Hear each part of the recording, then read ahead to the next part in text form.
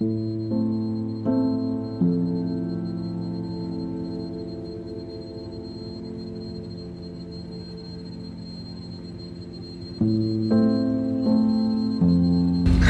안 변했어요, 거리가.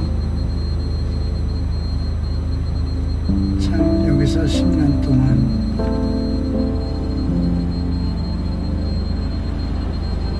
무서운 거 없이 살았는데.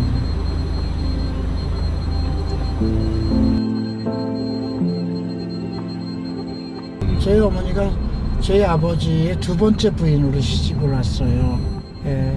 절에 가서 백일불공을 들여서 현몽을 해서 나를 낳으셨다고 그러는데,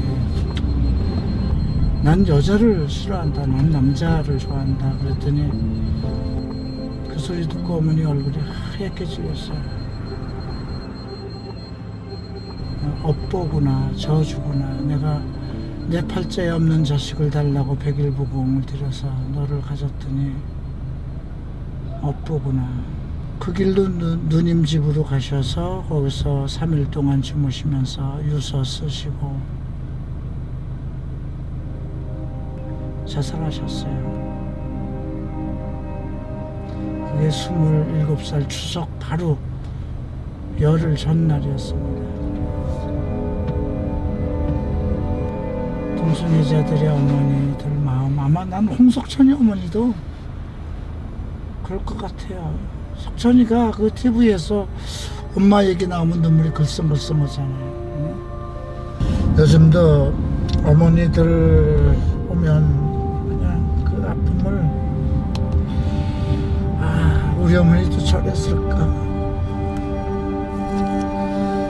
애들 자살한 어머니들 가끔 전화가 옵니다. 애 생일이든가 애 무슨 날만 되면 우리 아이 자살했는데 지옥에 갔을까요? 예수 믿었는데 자살하면 교회에선 다 지옥 간다고 그러는데 지옥 갔을까요? 어떤 한 5년 전에 죽은 아버지는요, 완전히 알코올 중독자가 돼서 폐인이 돼가지고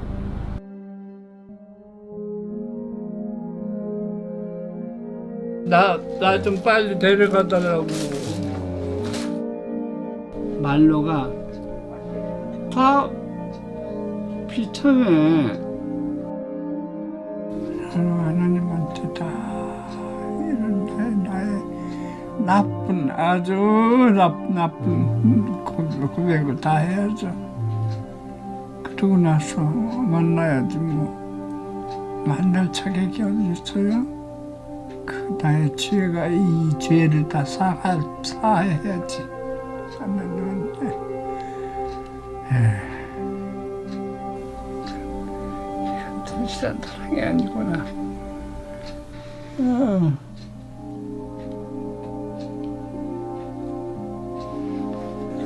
망하는 거예요.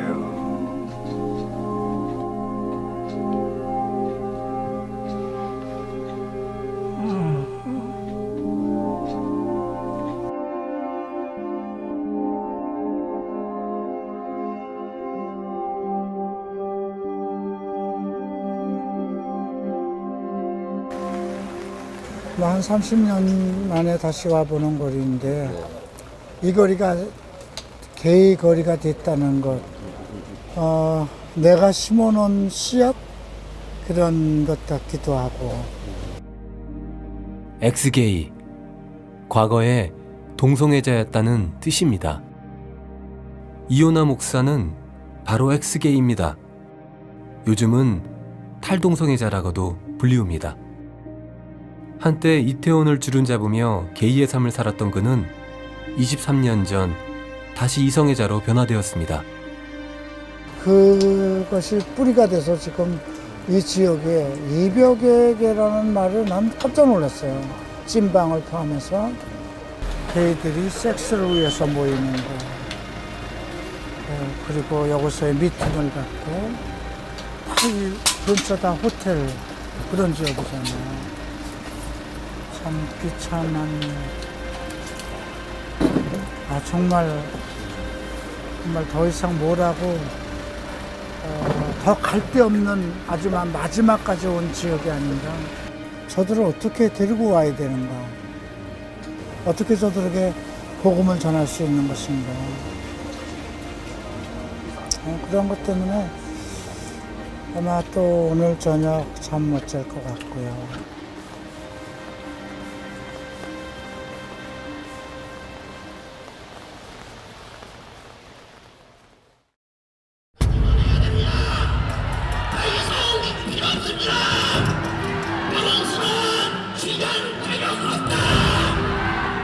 너무나 많은 질문들이 우리 앞에 산처럼 쌓여 있습니다.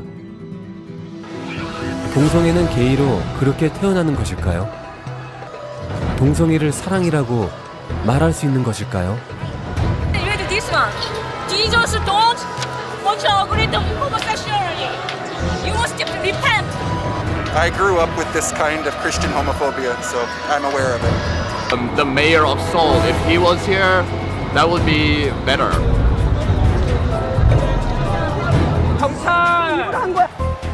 진리와 비진리, 혐오와 사랑.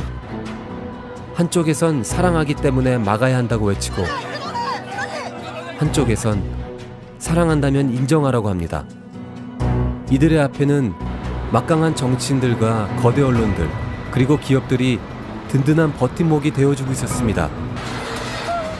이 혼돈의 소용돌이는 멈출 줄 모르고 계속 돌아가고 있습니다.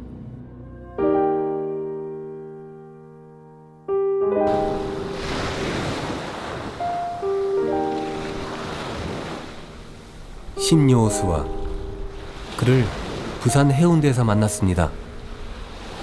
평범해 보이는 중년의 신사. 그에겐 남들이 알지 못하는 비밀스러운 삶이 있었습니다. 어느 시점인가부터 내 내면 속에 나의 성정 재성에 대해 가지고 의문이 들기 시작했습니다. 제가 청년 시절 사회의 친구를 만났는데 그 친구가 동성애자였습니다. 저를 데려간 곳이 서울의 게이클럽이었습니다. 저는 그런 세계가 있다는 것조차도 몰랐고 상상도 하지 못하는 그런 세계였습니다. 예. 이 사진은 그는 그 과거의 기억들을 사진첩에 모두 간직하고 있었습니다. 이 사진들은 그 당시에 제가 동성애 생활할 그 당시에 예. 이때가 몇 살 정도 되셨어요? 그때가 25, 25, 6. 그 당시 실질적으로 그 삶을 살았던 친구들 가운데서는 자살했던 친구들도 있었어요. 스스로 자기의 생명을 끊었던 그런 친구들을 보면서 나도 결국은 저렇게 되겠구나라는 그런 두려움이 엄습해 오기 사실 시작했습니다. 마음의 어떤 양심에 가책이 오기 시작했죠. 아, 제가 느끼는 것이죠. 이것은 분명히 잘못된 것이다.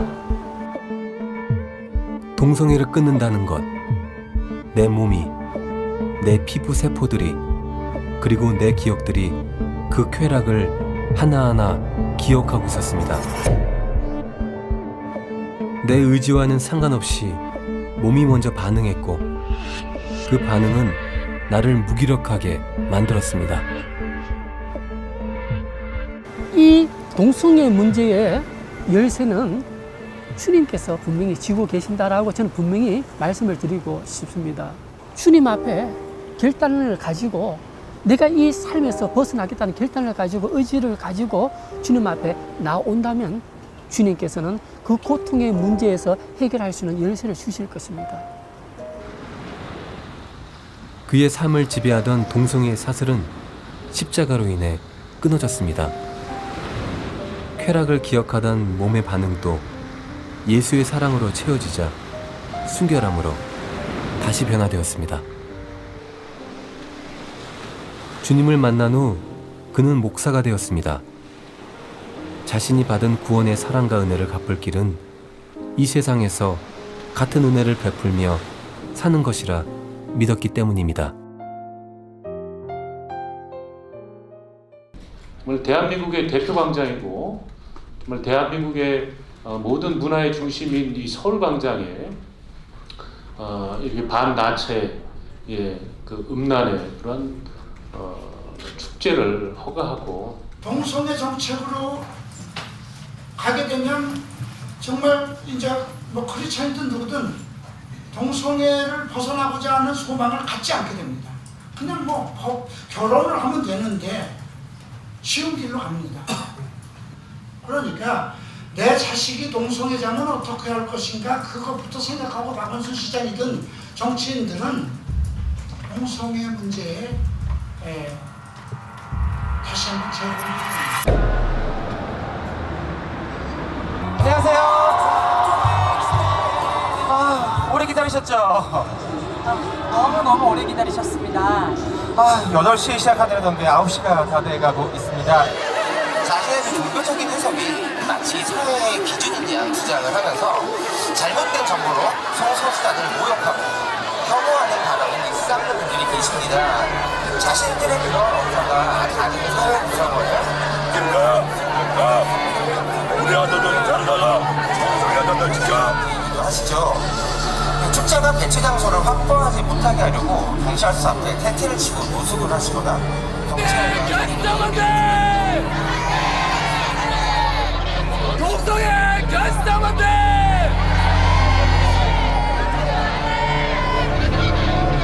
다양하다는 것이 누군가에게 정정한 일인가요? 독특하다는 것이 죄입니까? 자, 합쳐 한번 시작해 보겠습니다. 시작. 신동성의 교회의 어느 여목사가 군중들의 함성을 유도합니다. 13 국가의 한국 파견 대사관 대표들이 직접 무대에 나섭니다. 저희들은 건드리면 건드릴수록 더욱더 강해질 수밖에 없습니다. 오늘 이 광장을 둘러싸고 하루 온종일 더위에도 예수와 고혈과 마귀를 외치셨던 분들 어떤 한편으로 너무 안타깝습니다. 제가 보건대 메르스 바이러스와 에이즈 바이러스가 결합하면 슈퍼 바이러스가 된다면서 엄청 두려움이 많이 드실 텐데도 이 시청 광장 둘레를 그녀의 기독교인들을 조롱하는 발언에 사람들의 환호가 터져 나옵니다. 사랑하며 살아가는 인간입니다. 지지자와 반대자의 소리가 그렇게 뒤섞여 서울시청의 밤하늘을 맴돌고 있었습니다.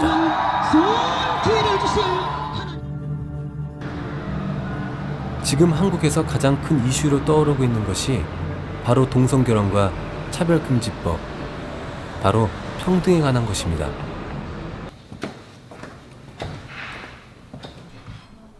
이태희 변호사는 동성결혼 인정은 성경의 비상식적인 책이 되는 동시에 크리스천에 대한 핍박이 시작될 것을 우려했습니다. 네, 지금 뭐 동성애가 아주 한국 사회에서 핫 이슈입니다. 그래서 지금 뭐 미국이나 영국은 뭐 잘 알다시피 여러 서구 국가에서는 이미 동성 결혼이 합법화됐죠.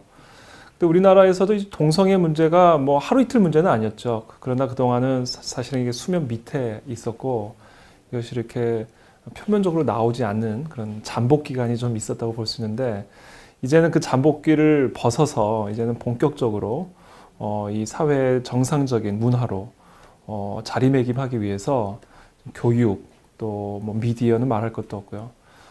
심지어 이제 교회 안에서조차까지 이 동성애를 정상적인 어떤 사랑의 한 범주로 포함시키기 위해서 지금 뭐 파상 공세가 펼쳐지고 있는 실정입니다.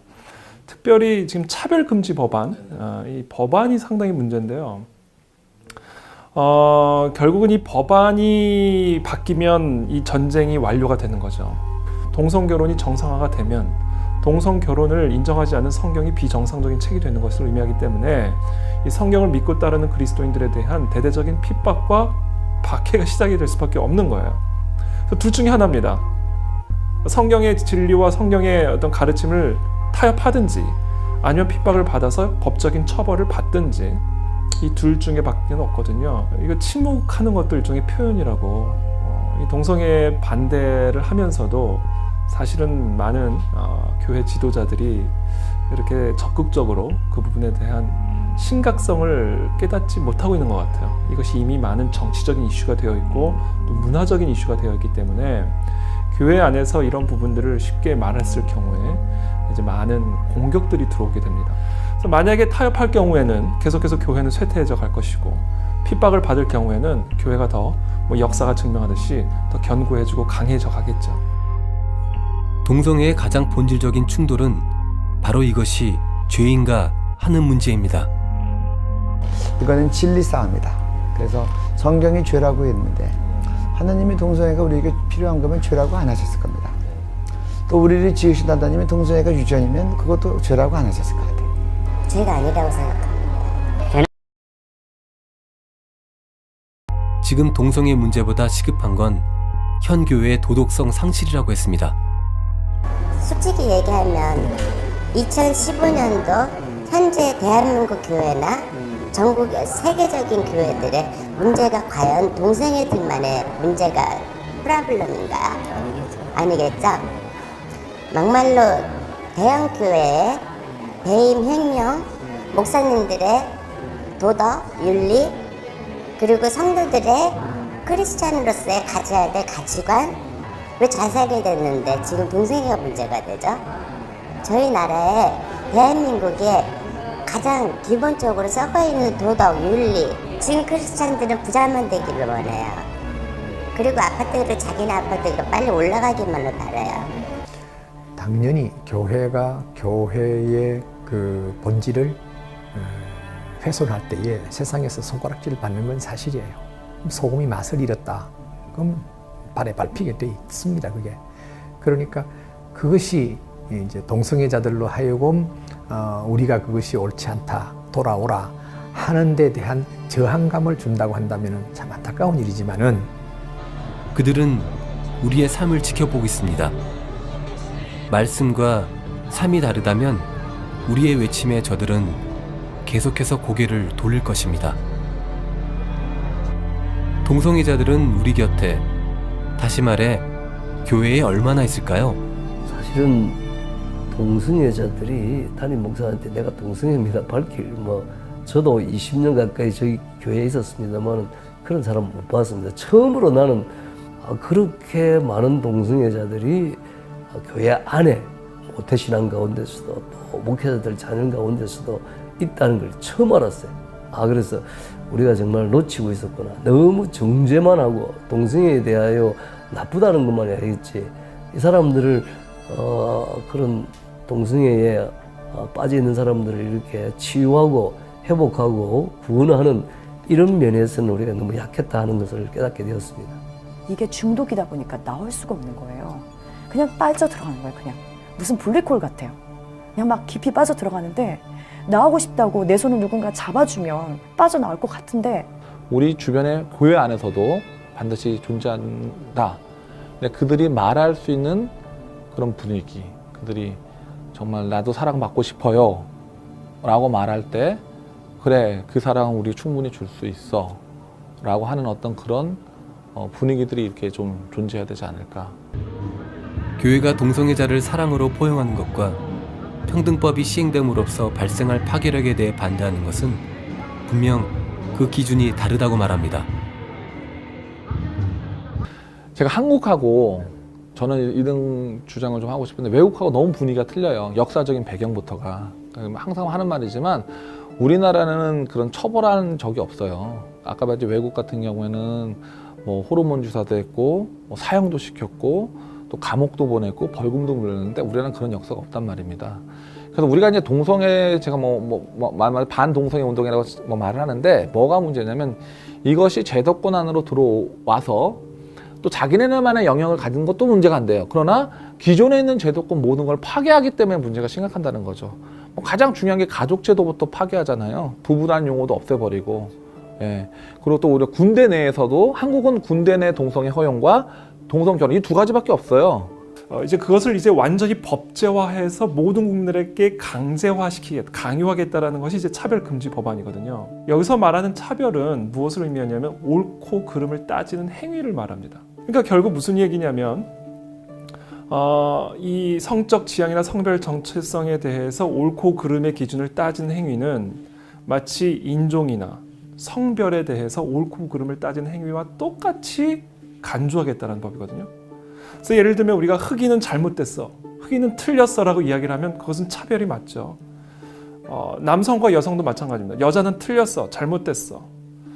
근데 그와 똑같이 동성애에 대해서 그것은 비윤리적인 행위야, 동성애는 잘못된 거야 라고 이야기할 경우에 그것을 차별이라는, 차별금지라는 이름으로 처벌을 하겠다는 법이거든요.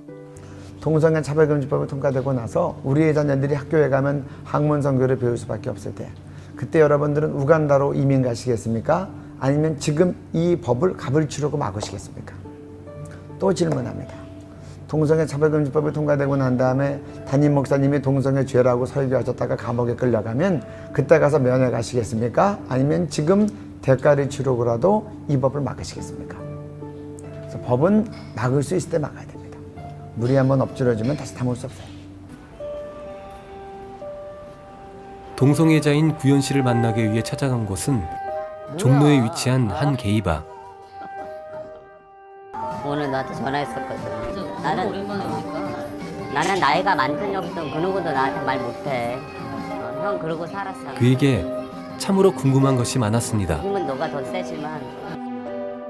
그에게 먼저 한국에서 불고 있는 동성애에 관해 물었습니다. 기독교인들은 뭐 소위 말하는 말살라고 하고 있지 않습니까? 근데 그런 건 아닌 것 같고 생각 자체가 좀 선진국으로 다가가려는 분위기 같습니다.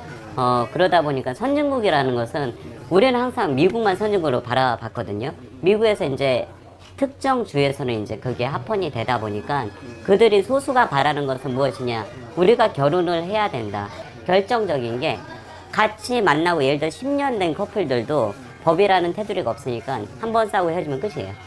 필리핀에서 제가 한번 학부모회에 참석한 적이 있거든요. 학교에서는 동성애가 인정이 된대요. 그리고 아무도 놀리지 않고 그들을 받아준다는 거죠. 단 결혼은 안 돼요.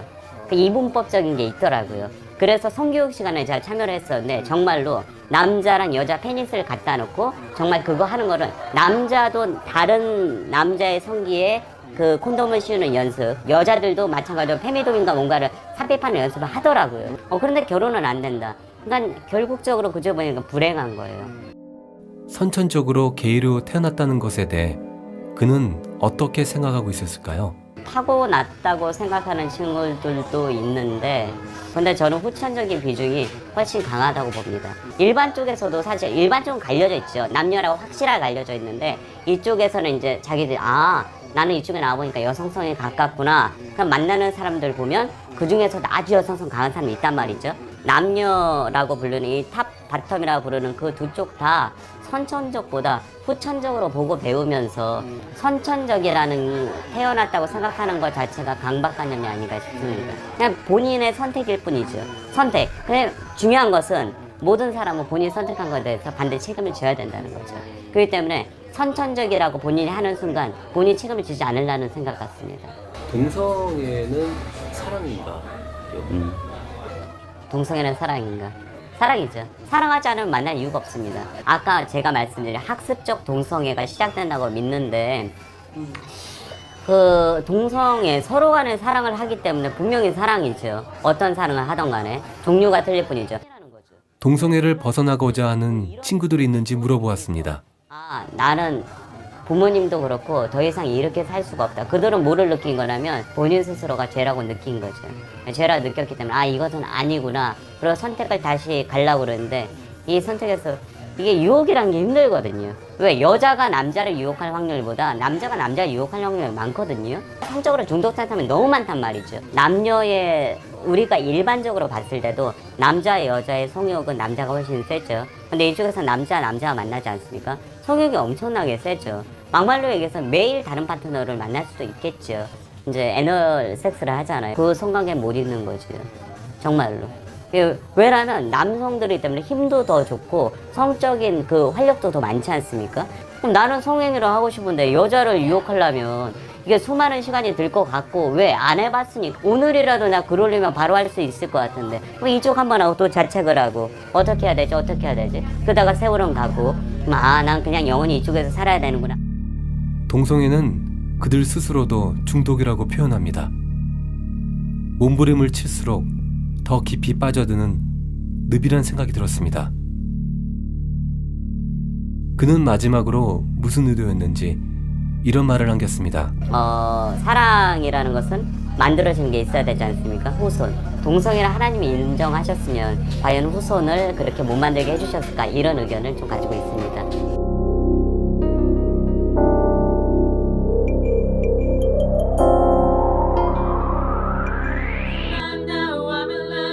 강남에 위치한 더 크로스 처치. 박진건 씨는 곡을 쓰는 작곡가입니다. 이렇게 해가지고 뒤에를 조금만 이렇게 연기 한번 해줘. 그 다음에 야외로 둘이 얘기해서 연결하면 될 것 같아. 지금은 이 교회에서 찬양 사역을 하고 있습니다.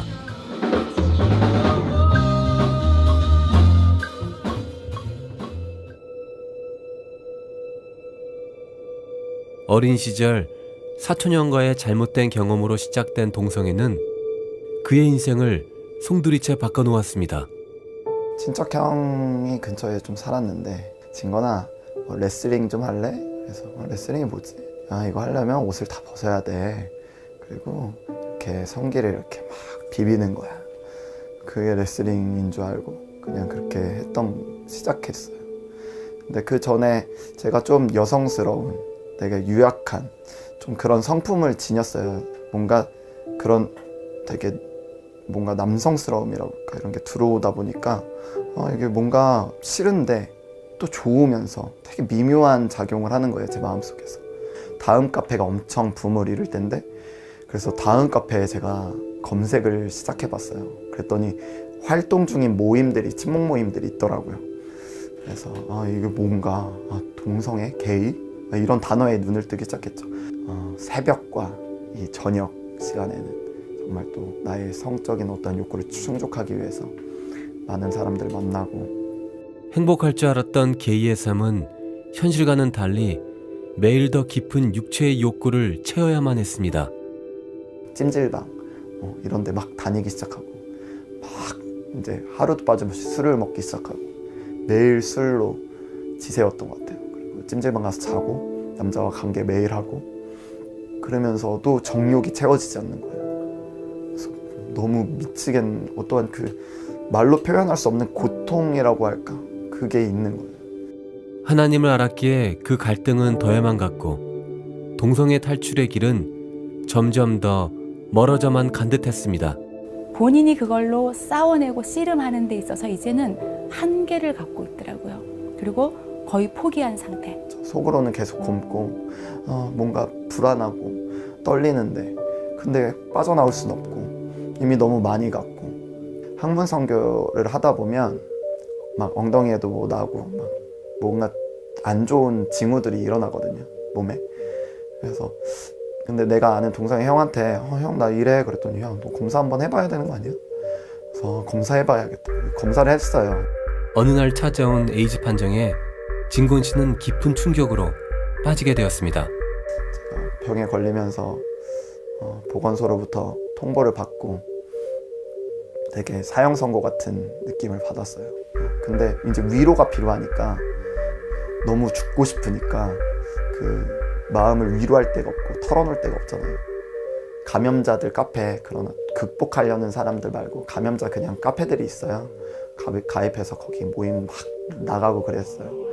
그러면서 사람도 거기 감염자들도 막 만나고. 근데 그 감염자라는 게 극복을 하려는 의지가 없다는 게 무슨 말이에요? 그냥 동성애자들 감염자 카페가 있어요. 병에 걸린 동성애자들의 모임이 있는 거죠. 그 사람들은 왜 회복을 치료하려는 마음이 없나요? 없죠. 그 사람들 넌크리스천도 많고 그냥 감염자들끼리 위로하려고 모인 거예요. 몸이 너무 안 좋아졌더라고요. 면역 수치가 너무 안 좋다. 되게 위험하다. 바로 투약을 했죠, 저는. 그래서 바로 약을 먹기 시작하고 엄마 아빠한테 다 숨기고 혼자 막 끙끙 앓는 거죠. 그 고통 속에서. 제가 만난 이런 동성애에 대한 어려움을 저한테 와서 질문했던 사람들은 전부 다 크리스찬이잖아요. 그리고 전부 다 예수님을 사랑하는 친구들이었어요. 근데 저는 그것을 처음에 상담할 때 그 처음 그들이 나 예수님 사랑해요 하는 것부터 저는 믿었어요. 이것을 믿지 않는다면 그들하고의 간격을 좁힐 수가 없어요. 근데 그들은 진짜 예수님을 사랑하는 친구들이었어요. 저 정말 죽고 싶어요. 내 목숨을 끊어서라도 내가 예수님 사랑하는 거 보여드리고 싶어요. 라고 하는 친구들이었는데, 근데 자꾸 넘어지잖아요. 이거를 가지고 사실 교회 안에서는 네가 예수님 사랑하면 절대 그렇게 할 수 없어 하는 그 정죄가 그들을 2번 죽이는 거거든요. 그에겐 그를 믿고 기다려주는 목회자와 많은 지체들이 있었습니다. 주님의 은혜를 경험했고 알지만 육체의 연약함 때문에 넘어졌다면 다시금 오픈하고 하나님 내가 죄졌어요. 입으로 시인하고 하나님 내가 넘어졌어요. 그러고 싶지 않았는데 참회하고 다시 은혜의 자리로 돌아가는 거예요. 진건 씨의 가정에 식구가 한 명 더 늘게 되었습니다. 이제 곧 그는 아빠가 됩니다. 신랑이 선한 싸움을 하는 거잖아요. 하나님의 은혜로 죄를 이기고자 하는 선한 싸움을 하는 과정에 있기 때문에 그것을 드러내는 것이 이제 부끄럽지 않다고 생각하고, 제가 옆에서 지켜볼 때 이 싸움은 평생의 싸움인 것 같아요. 한때 믿었던 동성애의 사랑. 하지만 그는 더 이상 그것을 믿지 않습니다. 해결이 안 되니까. 사랑은 해결이 되는 게 사랑인데 더 목말라지니까, 더 망가지니까요. 그걸 하면 할수록 실질적으로 육체가 망가지더라고요. 병이 생기고. 저 병원 진짜 많이 다녔거든요. 난 동성애 하시는 분들 너무 잘 아실 거예요. 육체의 열매, 정신적인 스트레스, 자살적인 충동, 삶에서의 어그러짐, 사랑은 아닌 거죠. 미국 펜실베니아주의 작은 도시 랭캐스터. 회복과 희망 컨퍼런스는 미국 전역에서 동성애를 극복한 각계층의 사람들이 모여 서로의 간증을 나누고 향후 미국에서 동성애 치료를 위한 회의를 합니다. 미국은 이들처럼 동성애를 치료한 사람들 간의 활발한 교류와 실질적인 프로그램들이 이루어지고 있었습니다. 이 사역에 관심이 많은 목회자들과 상담가들이 이들의 이야기에 집중합니다. 그 누구도 동성애자로서의 과거를 숨기려 하지 않고 오히려 그 삶을 빠져나온 것에 대한 감사가 있었습니다. 서로의 아픔을 이야기해 이들은 누구보다 동성애의 치유가 절실함을 알고 있습니다. I was set free to the point where I was no longer attracted to women and no longer desired to be a man. 어린 시절 경험한 끔찍한 성학대는 한 아이의 일생을 완전히 파괴합니다. 디니처 씨는 바로 그것을 경험했습니다. When my mother sexually abused me, I was probably 3 or 4 years old. And so when that happened, I turned off parts of my heart. And it broke my heart. It wasn't safe. She should have been the most safe person for me, and she wasn't. And so as I grew up, not having that part of my heart fulfilled, not having the ability to connect in a healthy way with my father, left a huge void that when adolescence started and when my hormones began to flow, I interpreted that as a desire to connect sexually with a male in order to try and fill up that void that was in my heart. 게리와 멀리사는 결혼한 지 8년 된 부부입니다. 둘 다 동성애자의 삶을 살다가 동성애를 극복하고 이제는 2 아이의 부모로 행복한 가정을 이루었습니다. 게이와 레즈비언으로 살았던 그들은 어떻게 변화가 될 수 있었던 것일까요? Well, I would say coming out of homosexuality is a long, typically, and hard journey. It's probably one of the hardest things I've ever experienced going through. And to be successful at it, I had to have a church community around me. I had to have some other believers that knew my story, knew my struggles, but it took a while to find that. Many churches didn't want me around. They didn't want my struggles around. So what I would say to the person who's struggling is work at finding a community where you can be safe. Pornography really fuels the homosexual desire, because when I'm looking at pornography, whatever I look at while I'm looking at pornography, and if I'm masturbating with that, if I'm fantasizing with that, I'm training my heart and my brain and even my brain chemistry to desire more and more pornography that teach my heart and my brain that I want this more. It draws me to it more. And that's where the addiction comes in. 제리 씨는 이중적인 동성애 사회에 환멸을 느꼈다고 말합니다. Well, in the gay bars and gay organizations, all that, it's nothing that I wanted. I mean, there was a peace, a familiarity because they understood me. They dealt with this homosexuality and I did too. So there was a comfort there and a release and a peace there. But everything else that I saw I did not like. The promiscuity, the drugs, the backbiting, the anger, the double lives, the saying I'm happy and I'm joyful, but they're not out to their families. They tell everybody that gay is great and all that, but yet they have this other life that they don't tell and they don't hidden. It was, and men acting like women and women acting like men and repeated broken relationships and disease. And like all this is going around, but everybody's going happy, happy. And I was just like, for some reason I was able to see that, to discern that, and I thought, I don't want this. I don't want this. But there I was trapped. I'm a homosexual. I don't want to go gay, but I can't go back to my life the way it was, in denial and repressing these feelings. What do I do? And I was getting very hopeless. But the church has oftentimes not responded well on any area of sexual brokenness, particularly sexual brokenness, but then particularly though on homosexuality. The church is the source. The church has the answer through Christ to bring transformation. I think the first thing is the church needs to get educated. So first I think the churches need to look at the reality of who's coming and what are they dealing with, and begin getting educated on how do we create environments that talk about brokenness. So again, churches need to walk in that balance of communicating with love, but communicating truth. 미국 기독교의 이러한 회복 운동은 동성애 삶을 괴로워하지만 정작 도움을 받을 곳이 없는 한국의 교회가 눈여겨보아야 할 대목입니다. 제가 미국의 탈동성애, 동성애 치유 프로그램을 우연히 참석한 적이 있어요. 강사님들이 대부분 동성애자들이었어요. 그러면서 이제 소그룹으로 한 8개월 정도 또 이제 하고 그러시더라고요. 그래서 우리나라 정세에 맞는 동성애자 치유 프로그램들이, 회복 프로그램들이 지금은 잘 개발돼야 되고, 이런 일을 먼저 하신 분들을 잘 지원해 드리고 또 잘 확장시켜 나가고. 그거는 율법적으로 아주 죄악시했고, 그러므로 말미암아 이들이 나타내지를 못했고, 도와달라고 해결해 달라고 하지도 못했죠. 사실 우리 주님께서는 의인을 부르는 곳이 아니라 죄인을 부르러 왔다고 그랬잖아요. 정죄하는 것보다는 그것을 또 혐오하도록 하는 것이 아니라 충분히 있을 수 있는 것이라는 것을 교인들에게 홍보를 하고, 또 우리 자녀들 가운데 그럴 경우에 우리가 거기서 헤어날 수 있는 방법을 우리가 찾아주자.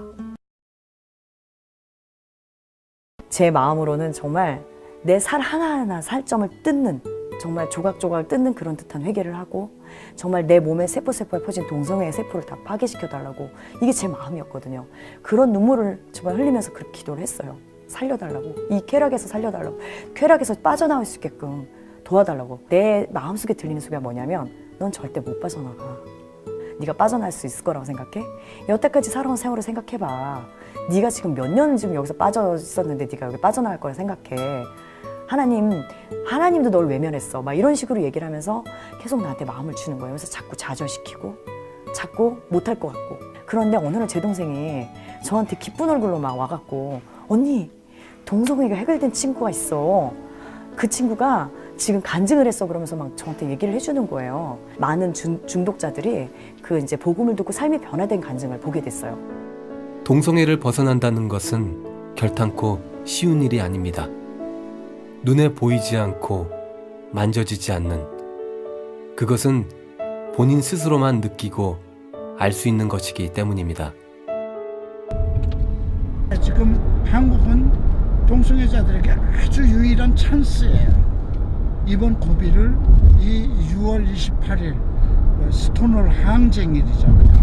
그날이 지금 이들이 총집결하는 서울 광장을 주일날 얻었다는 거예요. 1969년 6월 28일 뉴욕 그리니치에 위치한 술집 스토너를 경찰이 급습 단속하면서 동성애자들이 이에 맞서 데모를 일으키게 됩니다. 이곳은 당시 춤을 출 수 있는 뉴욕의 유일한 게이바였습니다. 동성애란 죄로 체포될 수 있었고 이름과 얼굴이 신문에 공개될 수 있었기 때문에 스톤홀은 이들 동성애자들에게 해방창구 역할을 하는 곳이기도 했습니다. 이 사건은 사회의 억압에 분노한 동성애자들로 하여금 자신의 평등성을 주장하며 각지에서 빠르게 단결하는 도화점이 되었습니다. 스톤홀 사건은 6개월 뒤에 게이 신문이 발행이 되었고 커밍아웃, 게이 파워 등의 정기 간행물들이 본격적으로 활동하게 됩니다. 이것으로 인해 동성애자들은 더욱더 빠르게 결속하게 됩니다. 또한 그동안 자신의 정체를 밝히지 않았던 수많은 동성애자들을 세상 밖으로 끌어내게 되었고 1970년 6월 28일 미국 역사 최초의 퀴어 퍼레이드가 열리게 됩니다. 스톤홀 항쟁일은 동성애자들에게 자신들의 정체성을 드러낸 성해방의 날로 세계 각지에서 매년 열리고 있습니다. 지금 시청에서 벌어지고 있는 퀴어 퍼레이드도 바로 미국의 스톤홀 항쟁일을 기념하여 열리고 있는 것입니다. 동성애자들의 성정체성 원인에 대한 논리는 진화를 거듭하다가 그들은 결국 동성애 유전자적인 출생, 즉 선천적으로 동성애자로 태어난다는 주장을 하게 됩니다. 선천적으로 태어났다고 생각을 하는데 근데 이제 또 그 와중에서도 이제 잘 몰라서 방황하다 오시는 분들도 있는 것 같긴 한데 선천적인 부분이 크다고 생각해요. 저도 그렇고요. 이들의 이러한 주장은 과학적으로 어느 정도 신빙성이 있는 것일까요?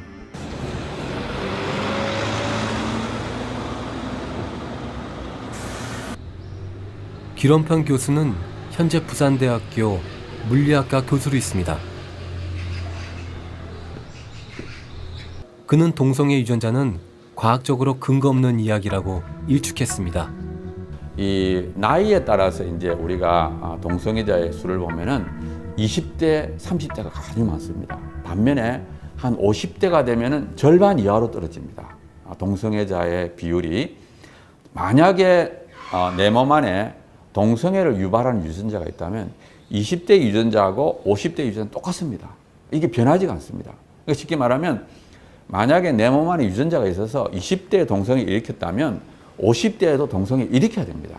근데 이게 절반 이하로 떨어진다는 것은 동성애는 유전이 아니라는 것을 알 수가 있습니다. 왜 서구 사회에 또 우리나라에 동성애 유전이라는 것이 많이 퍼졌느냐 하면은 그게 사실 논문 때문입니다. 1993년도에 해머라는 사람이 그 사이언스라는 잡지에 논문을 발표합니다. 그 내용이 뭐냐면은 그 XQ28이라는 유전자가 남성 동성애와 관련이 있다고 논문을 냅니다. 이 해머가 사실은 동성애자인데 그 논문 초록에 보면 뭐라고 되어 있는가 하면 99% 이상 유전이라고 되어 있습니다. 아주 강력하게 적었어요. 그러니까 그 당시에 그 서구 언론들이 대서특필했습니다. 드디어 동성애 유전자 발견했다. 1999년도에 라이스라는 분이 그 해머가 주장한 부분을 똑같이 조사합니다. 그래가지고 일반인과 동성애자들 비교를 합니다. 비교를 하니까 별 차이가 없어요. 2005년이 됐을 때 이 해머를 포함한 연구팀이 이번에는 그 XQ28이 동성애 관련이 없다고 발표를 합니다. 그러니까 자신들의 결과를 번복을 합니다. 지금 우리나라 한국 인터넷 들어가면은 여전히 해머밖에 없습니다. 이제 그게 이제 그 유전이라는 것이 팍 퍼진 이유가 되겠고요. 일란성 쌍둥이의 동성애 일치율입니다. 이게 아주 중요합니다. 왜냐하면은 일란성 쌍둥이는 한 개의 수정란이 두 사람이 됐어요. 그러니까 일란성 쌍둥이는 유전자가 똑같습니다. 그리고 같은 엄마 뱃속에 자라기 때문에 호르몬의 영향도 똑같습니다. 그러니까 일란성 쌍둥이는 선천적인 영향을 똑같이 받았습니다. 그래서 만약에 동성애가 선천적이라면 일란성 쌍둥이는 동시에 동성애자가 되든지 아니면 동시에 동성애자가 안 돼야 됩니다. 그래서 일치율이 아주 높아야 됩니다. 이제 일란성 쌍둥이의 동성애 일치율 비율을 봤을 때 큰 조사 결과를 보면은 대략 일란성 쌍둥이의 일치 비율은 10%입니다. 그러니까 10명당 1명꼴로 일치하는 거예요. 근데 요 10%의 일치 비율도 선천적인 효과라고 볼 수가 없습니다. 왜냐하면은 일란 쌍둥이는 태어나서 똑같은 부모 밑에서 똑같은 환경에서 자랍니다. 그러니까 후천적인 영향도 똑같고 선천적인 영향도 똑같습니다. 그러니까 두 가지를 똑같이 받은 일란 쌍둥이에도 불구하고 10% 정도밖에 일치가 안 된다는 것은 선천적인 효과는 10%가 안 된다는 뜻이에요. 훨씬 적다는 뜻입니다. 그래서 이 일란 쌍둥이의 동성애 일치 비율은 동성애가 선천적이 아니라는 것을 과학적으로 분명하게 증거합니다. 동성애는 환경적인 요인, 후천적인 요인이 더 강하다는 것을 나타내고 있습니다.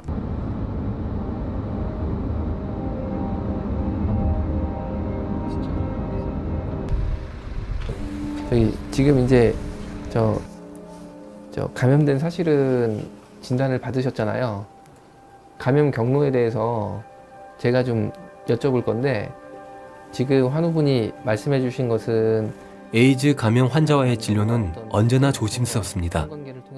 큰 충격에 빠져 있을 환자의 심리가 극도로 불안하기 때문입니다. 그 남성과 성관계를 하셨을 때 우리 환우분께서 여성 역할을 하셨는지 혹은 남성 역할을 하셨는지 성관계에 있어서 그거를 제가 여쭤보고 싶은데 제 질문이 불편하시면 대답을 안 하셔도 상관없습니다. 다만 대답을 해주시면 저희가 진료할 때 참고가 되고 치료할 때 도움이 돼서요 여쭤보는 건데 아까 말씀하신 그 남성과 성관계를 하셨을 때 지금 우리 환우분께서 성관계에 있어서 여성 역할을 하셨나요?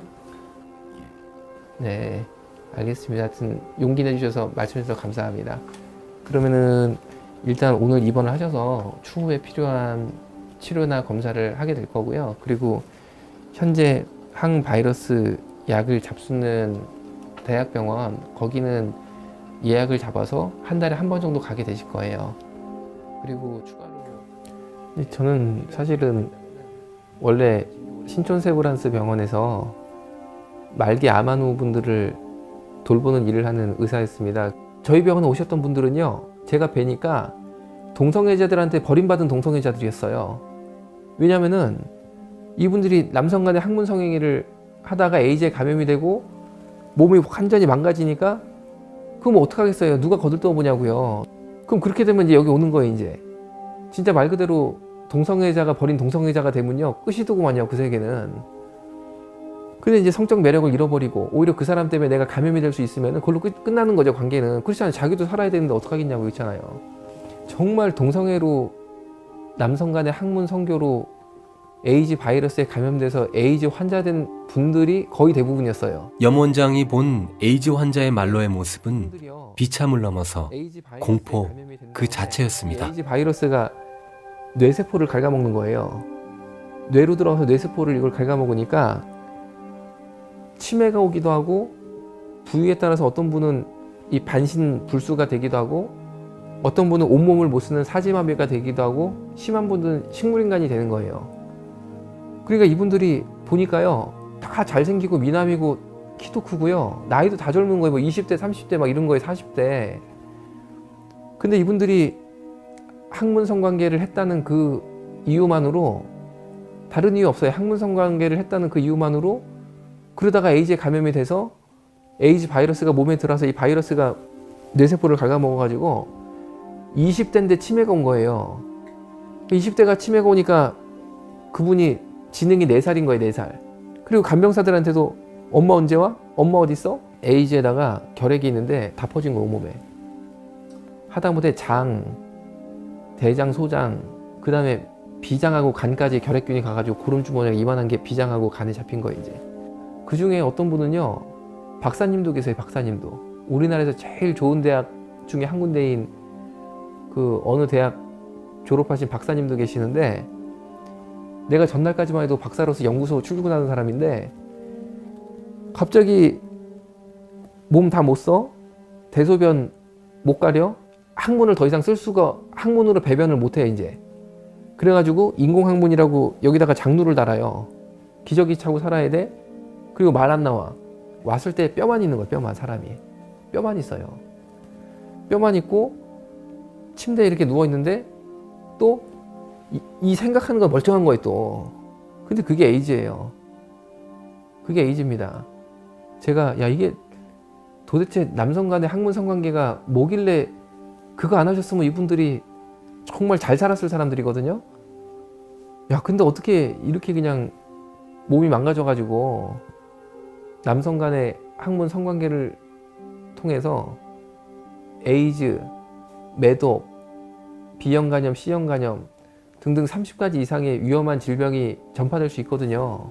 이 직장하고 학문은 점막이 얇고 그리고 한 겹밖에 안 돼 있어서 만약에 거기에 다른 남성의 성기가 진입을 하면요, 이게 바로 찢어져 가지고 피가 나요.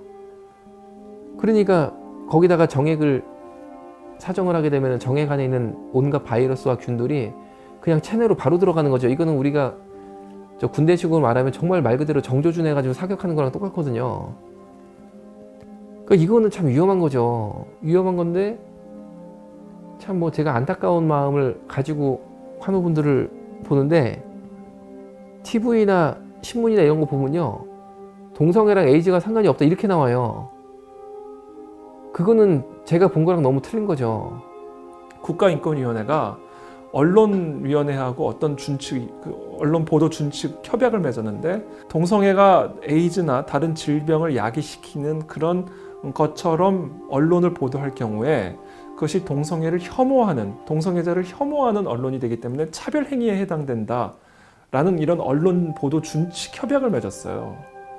그래서 언론이나 이런 데에서 침묵을 합니다. 보도를 안 해요. 우리 의학 교과서에서 표현하고 있는 부분들, 그것도 분명히 남성 간의 학문 성행위랑 에이즈 감염은 연관이 있다라고 밝히고 있거든요. 분명하게. 깊은 연관이 있거든요. 동성애자와 에이즈는 상관이 없다. 혹은 에이즈는 뭐 충분히 예방이 가능하다. 혹은 에이즈 걸려도 뭐 약만 잘 먹으면 만성질환 돼가지고 아무 문제 없다. 이렇게 말을 하지만 밝은 면만 보여주고 있는 거예요. 그렇게 하면 안 되죠. 그렇게 하시면 안 되는 거고 정말 끝까지 다 보여줘야 되는 거죠. 끝까지. 그렇게 아무것도 아니라고 그러고 밝은 면만 보여주면요, 그런 줄 알고 그렇게 살다가 그 병에 걸려서 어두운 쪽으로 가는 사람들이 지금도 있습니다. 지금도. 그런 사람들은요, 후회도 소용없거든요. 근데 지금 이게 어떻게 된 건지, 이 사회는 남성 간의 학문 성관계를 오히려 제가 볼 때는 그 하라고 이렇게 뭔가 이렇게 막 오히려 부추기는 것 같아요. 제가 분위기가. 아픈 데는 좀 어떠세요? 식사 잘 하셨어요? 잘 먹었어요? 네, 감사합니다. 어르신 많이 아프셨구나.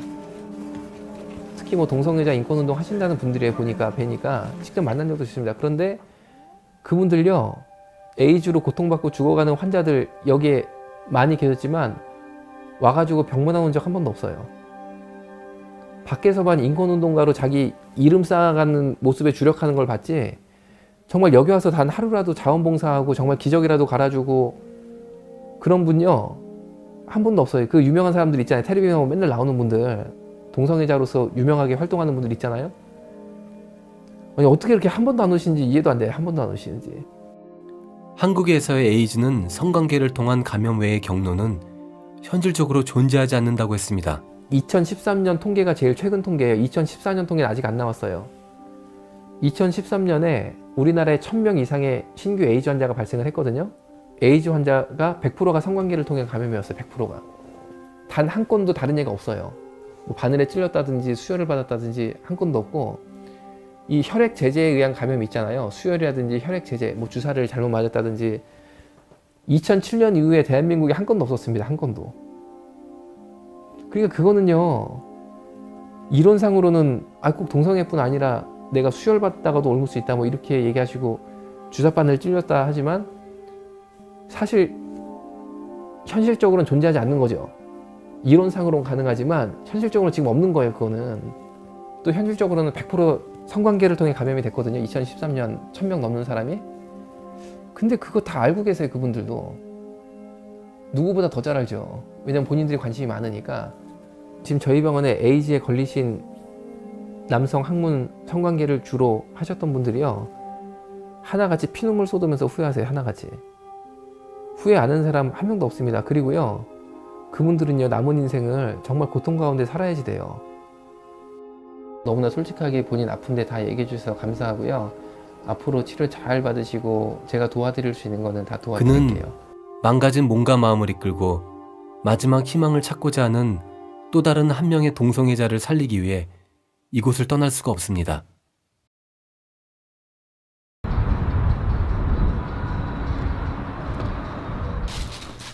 지난번 주일날 와가지고 너무 그러니까 말도 못해. 근데 제 아픔이 갑작스레 아파요. 그렇게 아픈 게 갑작스레 아팠다가 그냥 조용해졌다. 그래서 그날 이태원의 언덕배기 중턱에 자리한 허름한 한 평짜리 쪽방이 김유복 씨의 집입니다. 아이고 어떡하냐고 해서 한눈에 봐도 그가 깊은 병을 앓고 있다는 것을 알 수가 있었습니다. 아니야. 오늘은 한국 트랜스젠더 1호라는 조금은 특이한 경력의 김유복 씨는 이제 나이 70을 훌쩍 넘은 할아버지입니다. 뭐 말할 수 없는 고통과 통증이 있기 때문에 김유복 씨가 고통을 호소합니다. 허리지. 허리야 다리야. 허리였었는데 다리로 해버렸잖아요. 다리가 이렇게 끊어지는 것 같아. 이동신 의상실 명동에 가서 핑크 드레스. 그치? 아이고 그걸 내가 공주 딱 해주고. 핑크 드레스를 입고 노래를 부르면 사람들이 이렇게 좋아해요. 이호나 목사는 그와는 깊은 인연이 있습니다. 김유복 씨는 이호나 목사가 젊은 시절 운영하던 게이바에서 노래를 하는 가수 생활을 했었습니다. Ya no estás más a mi lado, corazón, que cuando como es donde tú siempre me respondes. 그때는 뭐 내가 제일 건방지게 제일 그에게 노래는 인생이었고 삶의 전부였습니다. 노래하던 지난 시절을 이야기하자 힘없던 그의 눈에 금방 생기가 생깁니다.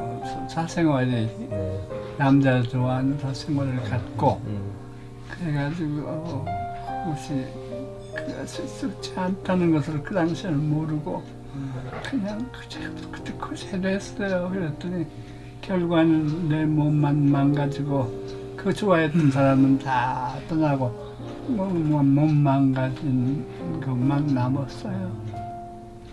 몇 년도에 그 제가 알기로는 1호 이렇게 트랜스젠더라고 알고 있거든요. 네. 그게 몇 년도였나요? 그게? 저는 거의요.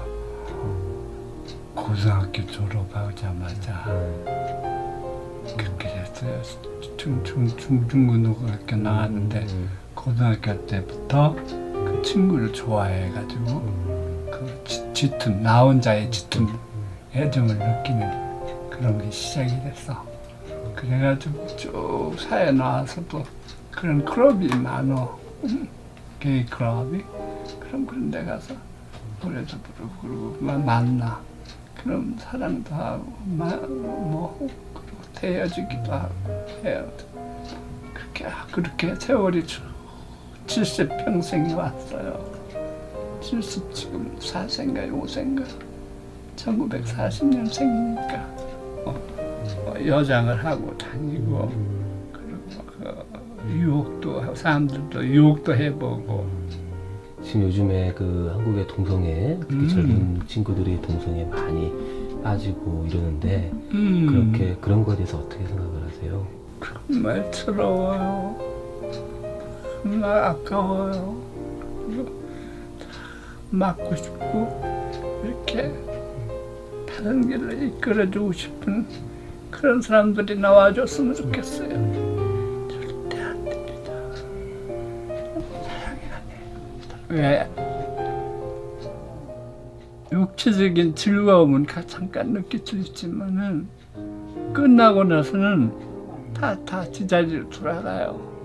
갔다가 또 그 어떤 육적인 사랑이 더 많아요. 프로를 따지면 90%가 육적인 사랑이지 어떤 정신적인 사랑이 아니야. 또 쉽게 얻을 수가 있잖아.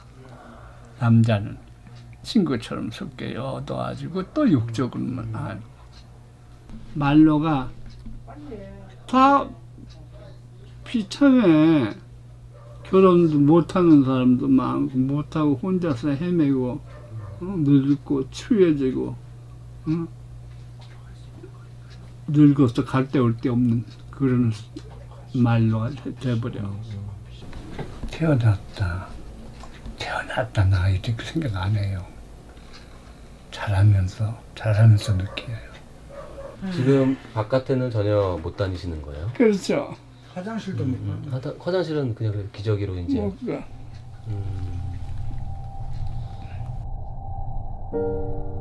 그는 이렇게 기저귀를 차고 모든 대소변을 해결하고 있습니다. 평생을 동성애자의 삶을 살아온 그에게 남은 건 돌이킬 수 없는 후회였습니다.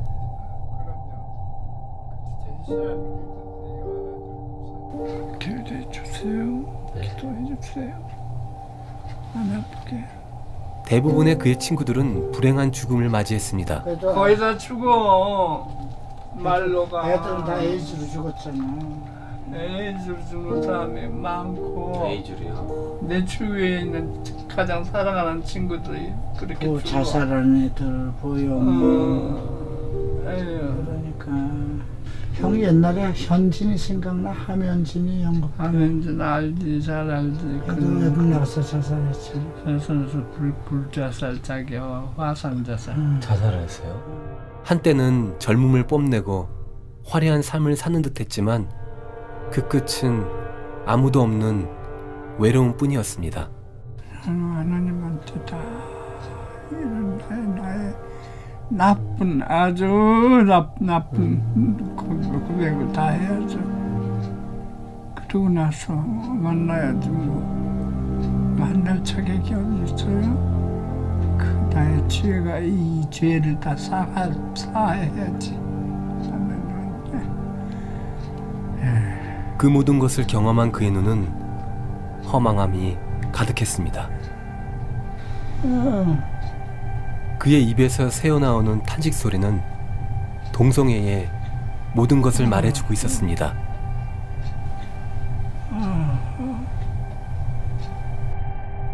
동성애를 아무리 타고난 것이라고 믿고 있어도 옆에서 잘못되었다고 목이 터져라 소리쳐도 결국 자신의 선택과 결단만이 인생의 끝을 결정할 수 있습니다. 그 끝은 100년, 200년 후가 아닌 바로 10년, 20년 안에 끝날 수 있기 때문입니다. 저 진짜 확실하게 말씀드릴 수 있는 건 제가 볼 때는요. 절대 선천적이거나 타고난 게 아니라는 게 너무 선명한 게 제가 지금 나이가 40이 넘었는데 제가 타고나고 선천적인 사람이라면 지금도 그대로 살고 있어야 되잖아요. 지금은 그게 아니에요. 끝났다. 저를 어디다 집어 던져놔도요. 다시는 그렇게 살고 싶은 마음이 없어요. 마음 자체에서 끊어져 버렸어요. 포기하지 말고 그 마음이 있다면, 극복하고자 하는 의지가 있다면 계속 일어나라.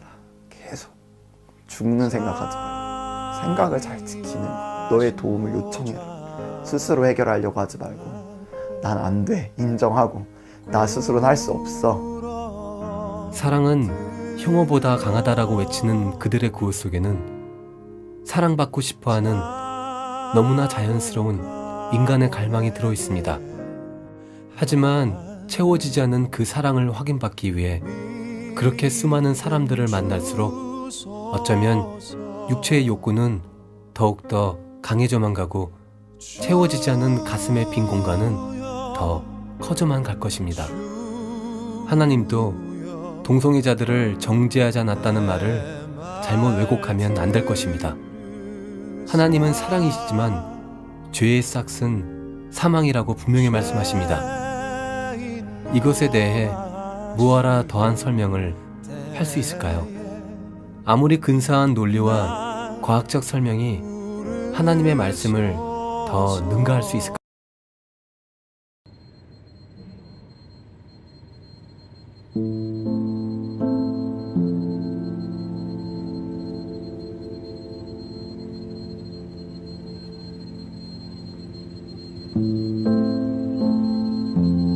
하나도 안 변했어요, 거리가. 참 여기서 10년 동안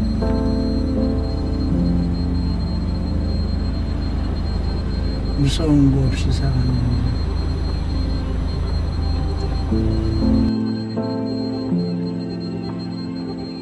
저희 어머니가 저희 아버지의 두 번째 부인으로 시집을 왔어요. 절에 가서 백일불공을 들여서 현몽을 해서 나를 낳으셨다고 그러는데 난 여자를 싫어한다, 난 남자를 좋아한다 그랬더니 그 소리 듣고 어머니 얼굴이 하얗게 질렸어요. 업보구나, 저주구나. 내가 내 팔자에 없는 자식을 달라고 백일부공을 들여서 너를 가졌더니 업보구나. 그 길로 누님 집으로 가셔서 거기서